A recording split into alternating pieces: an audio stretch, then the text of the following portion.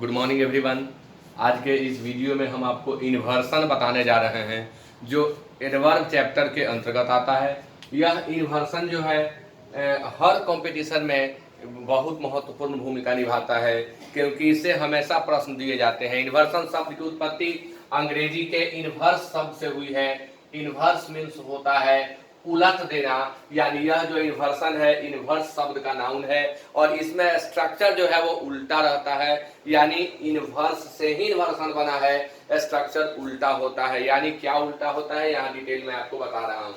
क्या है इन्वर्सन? तो the way of putting verb before subject in assertive sentence is called inversion. Inversion वह है जिसमें हम वर्ब को सब्जेक्ट के पहले रखते हैं, यही उल्टा हुआ। क्योंकि सामान्यतः हम यह जानते हैं कि सब्जेक्ट के बाद वर्ब होता है, लेकिन जब वर्ब पहले आ जाए सब्जेक्ट बाद में आए और सेंटेंस असर्टिव रह जाए तो उसी को हम इन्वर्सन कहते हैं। अब ये इन्वर्सन दो प्रकार के होते हैं, काइंड्स ऑफ इन्वर्सन मैंने लिखा। एक पार्शियल इन्वर्सन और दूसरा होता है कंप्लीट इन्वर्सन। तो पार्शियल इन्वर्सन हम उस इन्वर्सन को कहते हैं, इसको मैंने यहाँ ट्रिक से बताया है, जिसमें वाक्य एडवर्ब से शुरू होगा।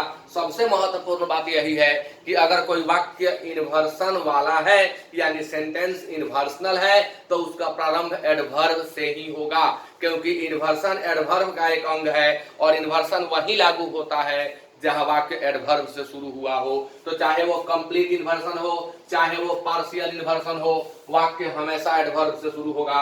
अगर वह पार्शियल इन्वर्सन है तो एडवर्ब के बाद एक्सुलियरी वर्ब दिया जाएगा, तब सब्जेक्ट दिया जाएगा और तब अदर वर्ड्स दिए जाएंगे। जैसे नेवर यहाँ एडवर्ब ऑफ फ्रीक्वेंसी है, यानी यह नेवर यहाँ एडवर्ब है।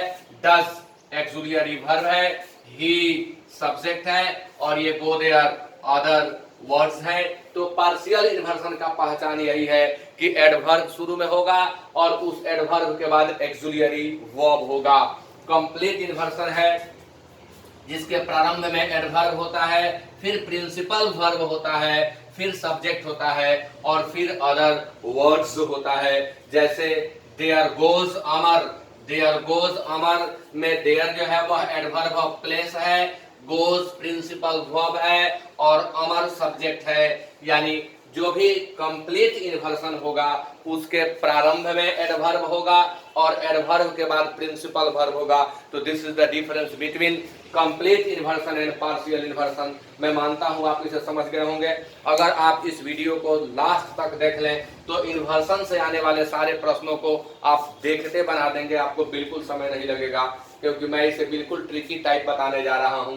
अब इनसे जो परीक्षाओं में प्रश्न आते हैं उन्हें सीखना है, किस तरह के प्रश्न आते हैं और कैसे हम जल्दी से जल्दी उन्हें सॉल्व कर लेंगे।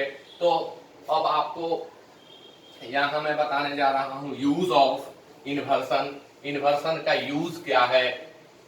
प्रायः हम देखते हैं कि पार्शियल इन्वर्सन ही यूज होता है। कंप्लीट इन्वर्सन का बहुत कम प्रयोग है, बहुत कम। ज्यादा प्रयोग है पार्शियल इन्वर्सन का। मैं यहाँ हेडिंग दूंगा यूज ऑफ इन्वर्सन और इस यूज ऑफ इन्वर्सन के अंतर्गत ट्रिक नंबर 1 क्या है? यह ट्रिक, तो यदि कोई वाक्य hardly, scarcely, rarely, no sooner, here, there, away, never, seldom, etc से शुरू हुआ हो, here, hardly, scarcely, rarely, no sooner, here, there, away, never, seldom, etc से अगर वाक्य शुरू हुआ हो तो इसके तुरंत बाद हमें एक्सुलियरी वर्ब का प्रयोग करना होगा। एक्सुलियरी वर्ब का प्रयोग करना होगा और इस एक्सुलियरी वर्ब के बाद हम सब्जेक्ट देंगे और वाक्य के अंत में फुल स्टॉप रहेगा, क्योंकि यह असर्टिव सेंटेंस होता है। इंट्रोगेटिव सेंटेंस में अंत में क्वेश्चन मार्क रहता है। तो एक्सुलियरी वर्ब यहाँ पहले रहेगा, फिर भी वाक्य के अंत में फुल स्टॉप रहेगा। इस पर हमेशा ही कॉमन एरर्स आए हैं। देखिए example, no sooner, no sooner I completed my work, no sooner I completed my work, then it started raining.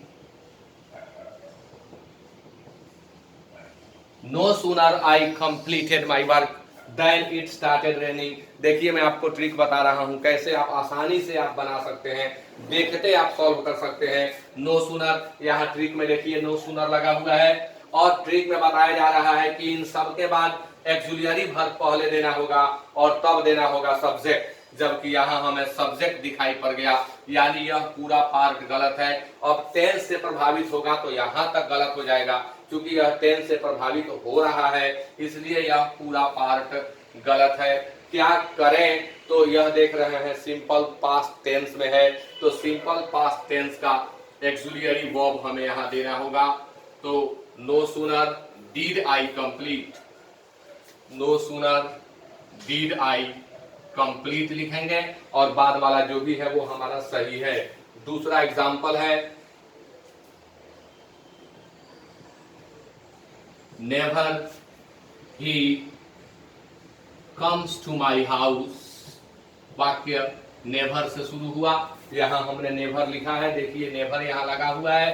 ये वेरी वेरी इंपॉर्टेंट होता है। मैं कहूंगा कि पूरे इन्वर्सन का जान है यह, केवल ये याद रखें तो आप 70% इन्वर्सन के क्वेश्चन को बना सकते हैं। 70% क्वेश्चन इसी से आते हैं, बाकी 30% के लिए और बहुत सारे ट्रिक है जिन्हें आपको सीखना होगा, लेकिन 70% क्वेश्चन इसी से आते हैं।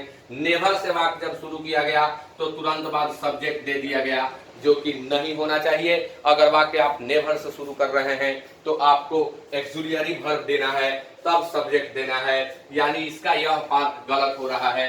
चूंकि यह वाक्य सिंपल प्रेजेंट टेंस में है, इसलिए हमें यहां लिखना होगा never does he come, never does he come. हम इसको अगर साधारण तौर पर लिखना चाहते हैं, वाक्य को हम सिंपल बना करके लिख देना चाहते हैं, तो हम लिख देंगे he never comes, he never comes to my house. मैं यह नहीं कह रहा कि इस तरह से अगर आप लिखते हैं तो आपका गलत है, लेकिन मैं आपको एरर सिखा रहा हूं और इस एरर के अंतर्गत ऐसे ही प्रश्न दिए जाएंगे, आप देखते एरर को डिटेक्ट कर सकते हैं और करेक्शन में आता है तो आप दोनों में से किसी तरीके से सुधार सकते हैं। निश्चित तौर पर दोनों में से कोई एक ही दिया जाएगा, दोनों कभी नहीं दिया जाएगा।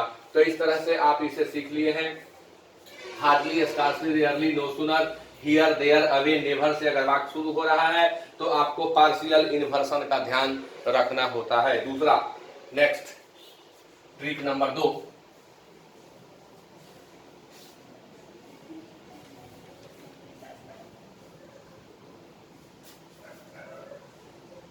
Trick number 2,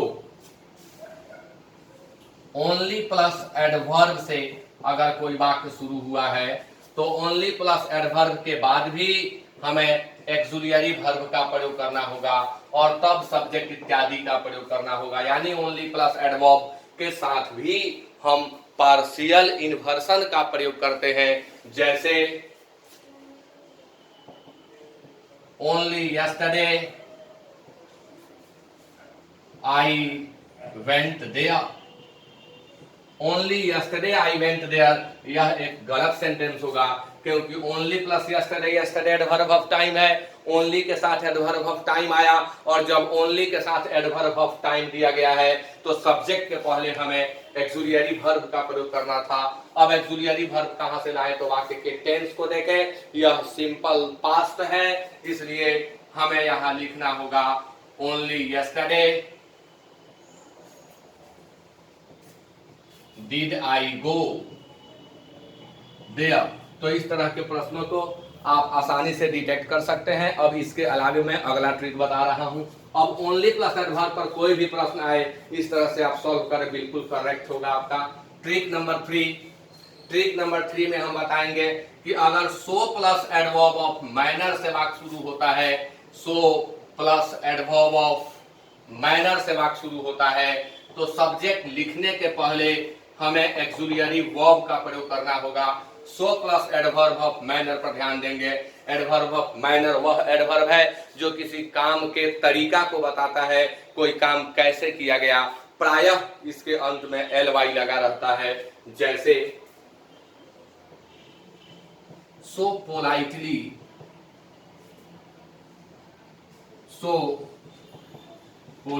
he talks that everybody starts praising him.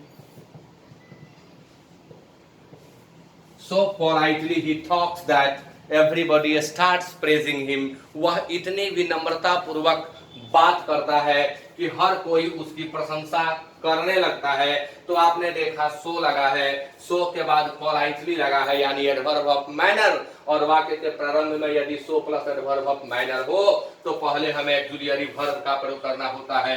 तो यह पूरा पार्ट गलत हुआ और इसका सही होगा सो पोलाइटली डज ही टॉक का बाद वाला सही है, उसको उतार देंगे। तो कहीं भी अगर so plus adverb of manner आपको दिखाई पड़ रहा है तो so plus adverb of manner के बाद आप एक्सुलियरी वर्ब का प्रयोग करें और एक्सुलियरी वर्ब के बाद सब्जेक्ट का प्रयोग करके और तब बाकी पार्ट को आप ज्यों का त्यों उतार दें। अब इसके अलावे अगला trick number 4।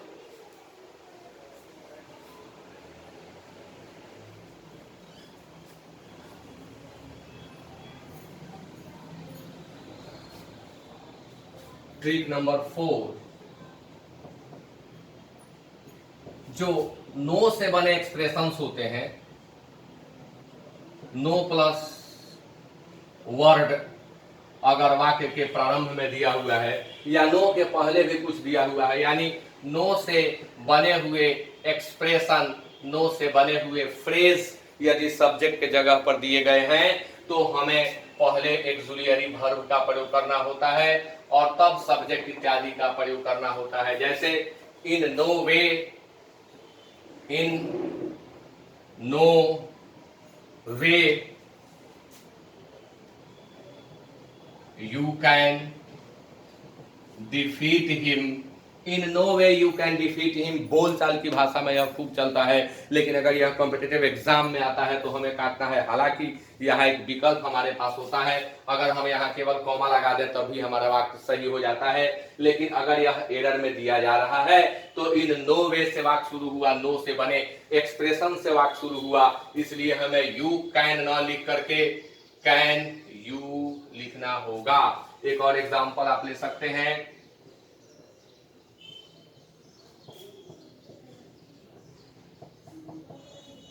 under no condition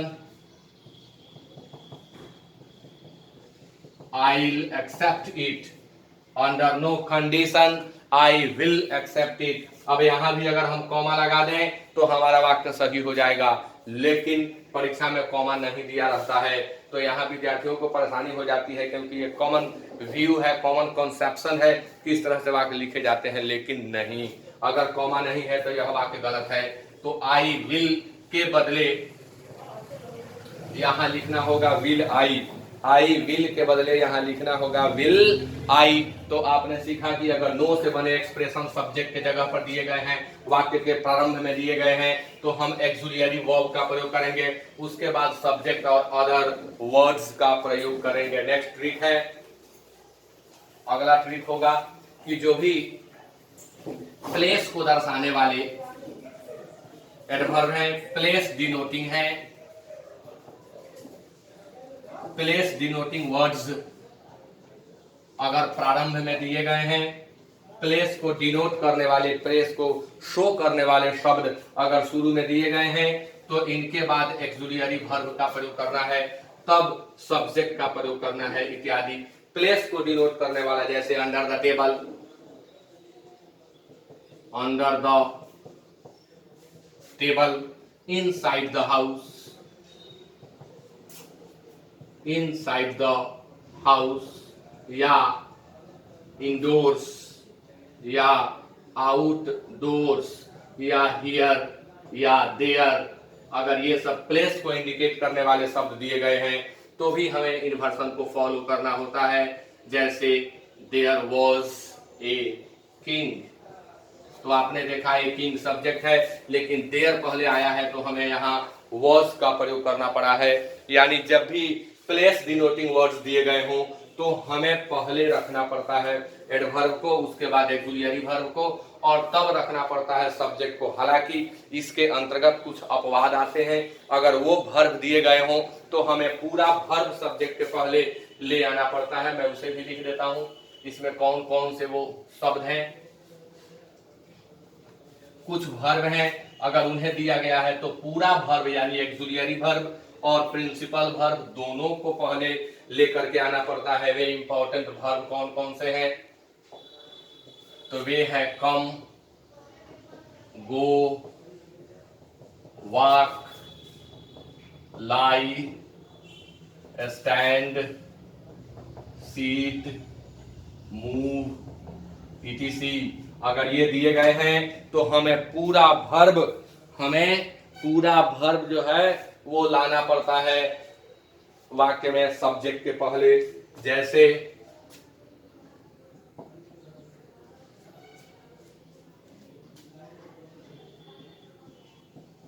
under a tree some